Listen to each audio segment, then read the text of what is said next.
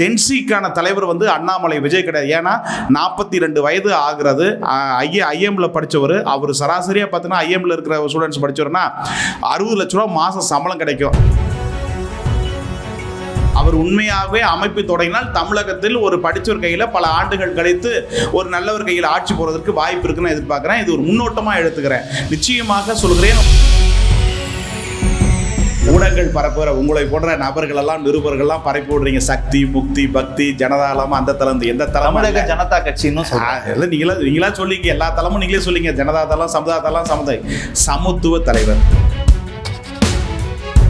ஏறுமுகவருக்கு இறங்கும் இருக்காது. விஜய்க்கு இதுதான் கடைசி தேர்தல். விஜய்க்கு இதுதான் வந்து கடைசி முதலமைச்சர். அடுத்த நாட்களில் உட்கார முடியாது. அதே மாதிரி சினிமா ஸ்டார் விஜய்னா அரசியலுக்கு ஸ்டார்.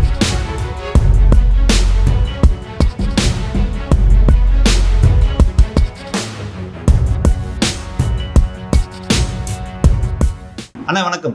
வணக்கம். நீங்க சொன்ன மாதிரி அண்ணாமலை அவர்கள் பாஜகல இருந்து விலகி தனியாக ஒரு கட்சி ஆரம்பிக்க போறாரு அப்படிங்கிறது கிட்டத்தட்ட முடிவாகி இருக்கிறது. டெல்லிக்கு போயிருக்கிறாரு, ராஜினாமா கடிதத்தை கொடுத்திருக்கிறாரு, அமித்ஷாவை பார்த்திருக்கிறதா சொல்றாங்க. அவர் ராஜினாமா பண்ணிட்டாரு. அடுத்த கட்ட நடவடிக்கை என்னவாக இருக்கும்? தமிழக நலன் கருதி தமிழக மக்கள் முன்னேற்றத்திற்காக பாடுபடக்கூடிய ஒரு தலைவர் தான் அண்ணாமலை. காரணம் வந்து என்னன்னு பார்த்தீங்கன்னா, சினிமா துறையை விட்டு வரலை. ஐபிஎஸ் என்ற மிகப்பெரிய ஒரு பொறுப்பை விட்டு ராஜினாமா செய்து விட்டு தமிழ்நாட்டு மக்களுக்கு நன்மை செய்ய வேண்டும், தமிழ்நாட்டுடைய இளைஞருடைய நலன் காப்பதற்காக ஒரு இளைஞராக வந்திருக்கிறார். அப்படி பார்க்கிற போது இன்றைக்கு அவருடைய கனவு நிறைவேறும் வகையில் ஒரு தனித்துவமான அமைப்பை தொடங்கி விஜய்க்கு விஜய் உதயநிதியை வருகிற போது இவர்களுக்கு போட்டியாக அவர் வருகிற போது 1.5 கோடி ஓட்டுகளை பெற்றால் நிச்சயமாக அவர் முதலமைச்சராக வாய்ப்பு இருக்கிறது. அப்படி பார்க்கிற போது பாஜகவில் அவர் தொடர்ந்தால் கூட, பாஜக பொறுப்பு மறுபடியும் பெற்றால் கூட பாஜகவை தமிழகத்தில் வளர்ப்பது மிகப்பெரிய கடினம். அப்படி இருக்கிற போது இக்கட்டான ஒரு அரசியல் சூழ்நிலையில் அவர் சந்தித்துப்பட்டிருக்கிறார். அப்படி இருக்கிற போது அவர் இந்த ஒரு ராஜினாமா செய்தது மிக வரவே தகுந்த முடிவு. அது இன்னும் அறிவிப்பு முழுமையாக வரல. இப்போ வந்து பத்திரிகை செய்தி ஊடகங்கள்லாம் சொல்லப்பட்டிருக்கு. முறையாக அவர் வாயால் சொல்லப்படணும், இல்லை டியூட் விடப்படணும். அப்படி இருக்கிறப்ப தான் அதை ஊர்ஜிதமாக நம்ப முடியும். ஆகவே அவர் அந்த முடிவு எடுத்து விட்டார் என்பது புலன்படுகிறது. நிச்சயமாக தனி அமைப்பாக இந்த கழகங்கள் இடத்துல புதுவிதமான ஒரு அமைப்பு இயக்கமாக அல்லாமல் ஒரு கட்சியாக பதிவு செய்து நிச்சயமாக தமிழக மக்கள் மத்தியில் நல்ல வரவேற்பு இருக்கிறது. பெண்கள் மத்தியில் வரவேற்பு இருக்கிறது, இளைஞர் மத்தியில் வரவேற்பு இருக்கிறது. குறிப்பாக ஜென்சிக்கான தலைவர் வந்து அண்ணாமலை விஜய் கிடையாது. ஏன்னா 42 வயது ஆகிறது. ஐஎம்ல படித்தவர். அவர் சராசரியாக பார்த்தீங்கன்னா ஐஎம்ல இருக்கிற ஸ்டூடெண்ட்ஸ் படித்தவர்னா 60 லட்ச ரூபா மாதம் சம்பளம் கிடைக்கும். ராஜா மாதிரி கண்ணுக்குட்டி மாதிரி வாழ்ந்துட்டு போகலாம். ஒன்றும் வந்து அரசியல் ஒன்றும் விஷயம் இல்லை. எல்லாத்தையும் துறந்து படிப்பு படித்த அந்த வேலை வாய்ப்பும் துறந்து அனைத்தும் துறந்து மக்கள் நலனுக்காக பாடுபடக்கூடிய ஒரு இளைஞருக்கு தமிழகத்தில் இருக்கிற மக்கள் கை கொடுக்க வரவேற்க காத்து இருக்காங்க. அவருக்கும் தமிழகம் முழுக்க வரவேற்பு மக்கள் மத்தியில் இருக்கிறது. அதை நன்கு மக்களுடைய நாடிகளை நன்கு புரிந்த காரணத்தால் தான் இன்றைக்கு அண்ணாமலை அவர்கள் இந்த முடிவை எடுத்திருப்பார் தோன்கிறது. அந்த முடிவு உண்மையாக இருக்கிற பட்சத்தில் வருகிற காலகட்டத்தில் ஒரு அமைப்பாக தொடங்கினா நிச்சயமா அவரும் முதலமைச்சர் போட்டியில் முதன்மையாக இருப்பாரும் எடுத்துக்கலாம். இப்ப ஏற்கனவே ரஜினிகாந்த் அவர்கள் கட்சி தொடங்க இருந்து அந்த திட்டம் கைவிடப்பட்டு மீண்டும் அண்ணாமலையை வைத்து ரஜினிகாந்த் அவர்கள் பின்னாடி இருந்து பிளே பண்றதுக்கான முயற்சிகள் எல்லாமே நடந்து கொண்டிருக்கிறது. ரஜினிகாந்தினுடைய ஆசையில அண்ணாமலை அவர்கள் கட்சி தொடங்க போறார் என்ற விமர்சனம் இருக்கு. அது உண்மைதானா, இல்ல யாருடைய தூண்டுதலின் பேரில் அவர் கட்சி ஆரம்பிக்கிறார்னு சொல்ல முடியல? தூண்டுதலின் பேரில் எல்லாம் கிடையாது. அவர் சுயமாக சிந்திச்சு தமிழக மக்களிடம் எது சென்றால் நன்றாக இருக்கும், இப்போதைய அரசியல் சூழ்நிலை என்ன, தமிழக அரசியல் எதை நோக்கி போய் கொண்டிருக்கிறது, அப்படி பார்க்கிற போது இந்த களத்தில் நம்ம முடிவெடுத்து வந்து தனித்துவம் வந்தால் நாட்டு மக்களுக்கு நன்மை பயக்கும். இளைஞர்கள் போதையில் இருக்காங்க, அதை மீட்டெடுக்கலாம். வறுமையில் இருக்காங்க, அதை மீட்டெடுக்கலாம். வேலை வாய்ப்புகள் மீது கொடுக்கப்படலாம். தொழிற்சாலைகளை ஊக்கப்படுத்தலாம். நதிநீர்களை பாதுகாக்கப்படலாம். இயற்கை வளத்தை திராவிடக்கு 2 திராவிட மறுபடி இயற்கை வளத்தை கெட்டு குடிச்சிறக்கி வச்சிட்டாங்க, அதை பேணி பாதுகாக்கலாம். சினிமா நடிகர் வந்து நாட்டை ஆள முடியாது, அந்த அறியாமல் இருக்க மக்களுக்கு அறிவிப்பு கொடுத்தலாம். ஒரு அரசியல் அறிவுசார் தலைவர் போது அறிவுசார் ஆட்கள் எல்லாமே இவர் பின்னாடி தான் நிற்கிறாங்க. தமிழகத்தில் இன்னைக்கு வந்து பார்த்தீங்கன்னா எல்லா சமுதாயத்து மக்களும் அண்ணாமலை நிற்வதற்கு வாய்ப்பு இருக்கிறது. ஏன்னா படிச்சவங்க மக்கள் விரும்புறாங்க. அப்படி பார்க்கிற போது அண்ணாமலைக்கு கூடுதல் பிளஸ் இருக்கிறது.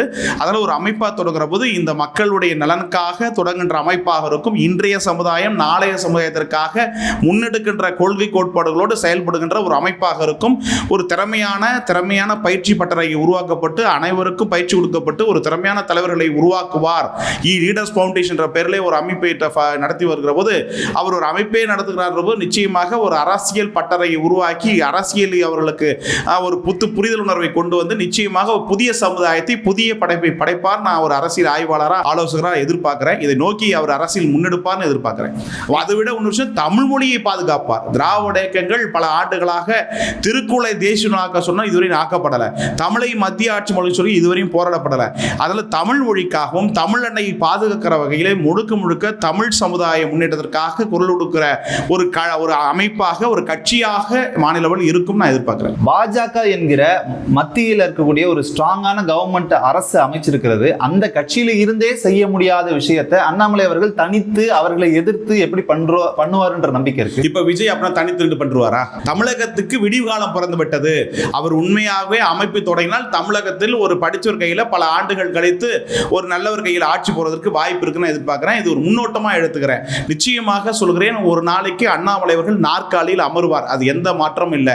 எதிர்காலங்களில் தமிழகத்தை ஆளக்கூடிய திறமையும் வாய்ப்பும் தகுதியும் படைத்த ஒரு அறிவுசார் தலைவர், திறமைசார் தலைவர், எல்லா செயல்படுகின்ற தலைவர், அத்தனையும் ஒரு வித்தகராக திகழக்கூடிய கலைஞர் அவர்கள் ஜூன் 3ஆம் தேதி பிறந்தார். ஜூன் 4ஆம் தேதி அண்ணாமலை பிறந்தார். அதனால் தமிழகத்தில் நல்ல விடிவு காலம் பிறக்கும் என்று சொல்கிறது. ஜூன் மாதத்தான் தலைவர்கள் பிறந்திருக்கிறார்கள் என்று நான் விரும்பக்கூடிய தலைவர் கலைஞர் அவர்கள் ஜூன் 3 பிறந்திருக்கிறார்.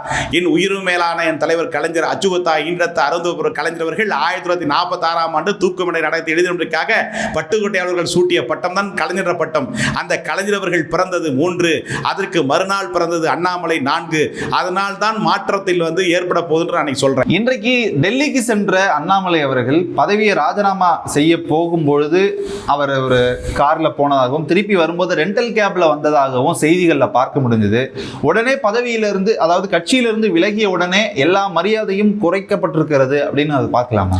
மரியாதையை எதிர்பார்க்கிற தலைவர் அல்ல, அன்பையும் பண்பையும் உரிமையும் கொள்கையும் கோட்பாடையும் எதிர்பார்க்கிற தலைவர், மக்களுக்கான தலைவர், ஒரு சாமானியனாக வாழுகிற தலைவர், ஒரு விவசாயியாக வாழுகிற தலைவர். ஒரு ஐபிஎஸ் பதவியை விட்டுட்டு கிராமத்தில் ஆடு மாடுகளை மேய்த்து விவசாயம் செய்து மஞ்சள் இட்டு நெற்பயிர் விளைவித்து அதுக்கடுத்து தோட்டத்தில் பார்த்தீங்கன்னா சோளம்லாம் போட்டு ஒரு விவசாயம் என்னன்னு தெரியக்கூடிய நபர், விவசாயியுடைய வலிமையை தெரிவிக்கக்கூடிய நபர், அதனால எல்லா மக்களுடைய பிரச்சனைகளையும் புரிகின்ற நபர்.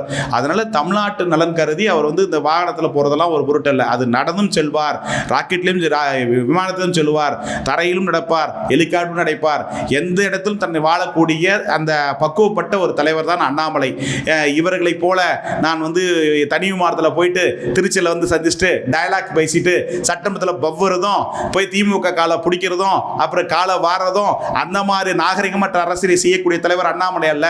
நாகரத்தோடு அரசியல் நடத்துகிற தலைவராக அண்ணாமலை இருப்பார் என்பது இருக்கிற தலைவரோடு தனித்துவமான தலைவராக விளங்குவார். நான் எடுத்துக்காட்ட சொல்றேன். சரி, ஒரு விமர்சனம் 2 நாள்களாகவே வந்துட்டு இருக்கு. நீங்க பேட்டி கொடுக்க ஆரம்பிச்சதுல இருந்தே கூட இது வருதுன்னு சொல்லலாம். அண்ணாமலை அவர்கள் தனி கட்சி தொடங்கி வராருன்னா பேக்கப்ல பிஜேபி இருக்கும். கண்டிப்பா அவங்களுடைய பேக்கப்ல தான் இந்த திட்டங்கள் எல்லாமே இது ஒரு அசைன்மெண்டாக பார்க்கப்படுது. இன்னொரு பக்கம் இவர் பாஜகவையே எதிர்த்து கட்சி ஆரம்பித்தாலுமே கூட இன்றைக்கு திமுகவும் சரி அதிமுக சரி புதிதாக கட்சி ஆரம்பித்து முதலமைச்சரான விஜயும் சரி பாஜகவை எதிர்த்து அரசியல் பண்ண முடியாத சூழ்நிலையில தான் இருக்கிறாங்க. இன்னமும் போராடி கொண்டு இருக்கிறாங்க. அந்த மாதிரி சூழ்நிலையில திரு அண்ணாமலை அவர்கள் பாஜகவை எதிர்த்து எப்படி அவர் சமாளிப்பார் ஒருவேளை கட்சி ஆரம்பித்தால்? நல்ல கேள்வி, அருமையா கேட்டிருக்கீங்க. எடுத்துக்காட்டு உதாரணமாக போன வாரம் நடந்த சம்பவம். அனைத்து விதமான கட்சிகளும் இன்னைக்கு இருக்கிற தமிழகத்தினுடைய திறமைப்பட முதலமைச்சர் சொல்லக்கூடிய வாய் சாவடார் அடித்துக் கொண்டு இருக்கிற திரு விஜய் அவர்கள் கூட வாய் திறக்காத போது மும்மொழி கொள்கை முதல் முறையாக இந்த அளவுக்கு அவசரப்படுத்த வேண்டாம், பொறுமையா இருங்க, 29வது ஆண்டுக்கு பிறகுதான் 30ஆம் ஆண்டில் தான் இந்த இதை கொண்டு வரணும், இப்போ இவ்வளவு அவசரப்படுத்த அவசியம் இல்லை, மும்மொழி கொள்கை தற்சமயம் இவ்வளவு வேகப்படுத்த நிறுத்தி வைங்க என்று மத்திய அரசுடைய தவறை சுட்டிக்காட்டிய ஒரு தலைவர் தான் அண்ணாமலை. வேறு எவரும் சொன்னதாக நான் கேள்விப்படவில்லை. அப்படி பார்க்கிற போது தவறுகள் இருந்தால் மத்தியில் தானே தேசிய எதை இருந்தாலும் சுட்டி காட்டுகின்ற மக்களுக்கு நன்மை பயந்து தீமை பயக்கிற அத்தனை விஷயம் குரல் கொடுக்கக்கூடிய நபராக ஒரு இளைஞராக அண்ணாமலை இருப்பான்னு பார்க்கலாம். அதுக்காக பாஜக பின்னாடி இல்லை முன்னாடி இல்லை, அவர் முன்னாடி தான் நிற்பார், முன்னாடி தான் பேசுவார், மக்களுக்காக நிற்பார்.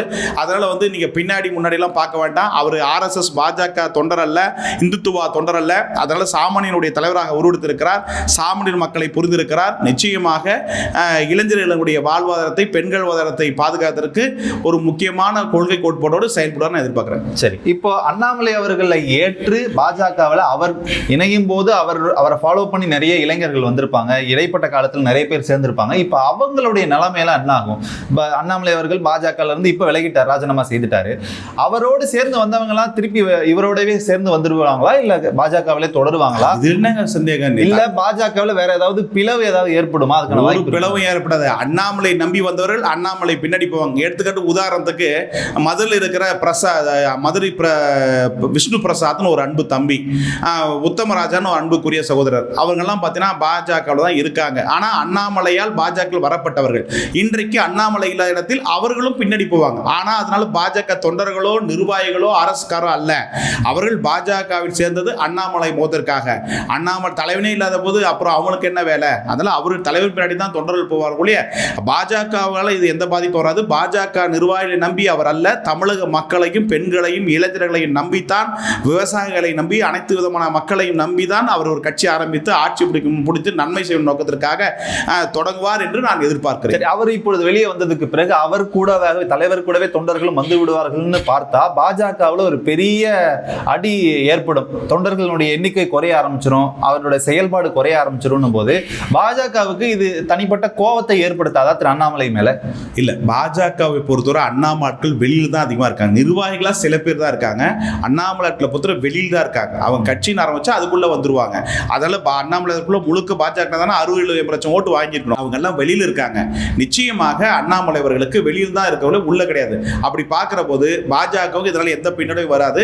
அதனால அண்ணாமலை அவர்களுக்கு ஒரு மிகப்பெரிய வாய்ப்பு பொதுமக்கள் தான் வர போறாங்க, மாற்று கட்சி சொந்தம் வர போறாங்க.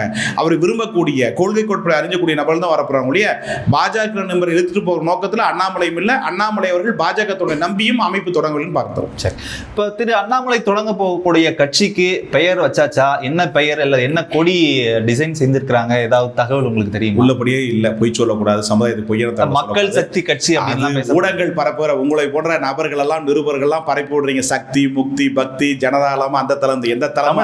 ஜனதா கட்சின்னு நீங்களா சொல்லிங்க, எல்லா தளமும் நீங்களே சொல்லிங்க. ஜனதா தளம், சமுதாய தளம், சமத்துவ தலைவர், சமதர்ம தலைவர், சகோதரத்துவம் கொண்ட தலைவர், மக்கள் நலனை விரும்புகிற தலைவர். அதனால மக்களுக்கு எது தேவையோ அதை கொடுக்கிற கொள்கையோடு மக்களை சந்திப்பார் ஒழிய நீங்க நினைக்கிற மாதிரி ஆன்மீகம் இல்லை, இந்துத்துவா இல்லை, ஜனதா இல்லை, சக்தி இல்லை, முக்தி இல்லை, பக்தி இல்லை, இந்துத்துவா இல்லை, இல்லாத ஒரு காமன் பொலிட்டிக்ஸ் அஜெண்டா, காமன் அஜெண்டாவோடு மக்களை சந்திச்சு அணுகி வாக்களை பெற்று வெற்றி பெற்று ஆட்சி பிடிக்கும் நோக்கத்திற்கான கொள்கையாக ஏற்றுக்கொள்கிற கொள்கையாக இருக்கும்னு எதிர்பார்க்கலாம். ஒருவேளை அண்ணாமலை அவர்கள் கட்சியினுடைய பெயர்ல கழகம்ன்ற வார்த்தை வந்துட்டா அது வராது, எழுதி வச்சுங்க. கழகம் வராது, அதான் சொன்ன பக்தி முக்தி எதுவுமே வராது.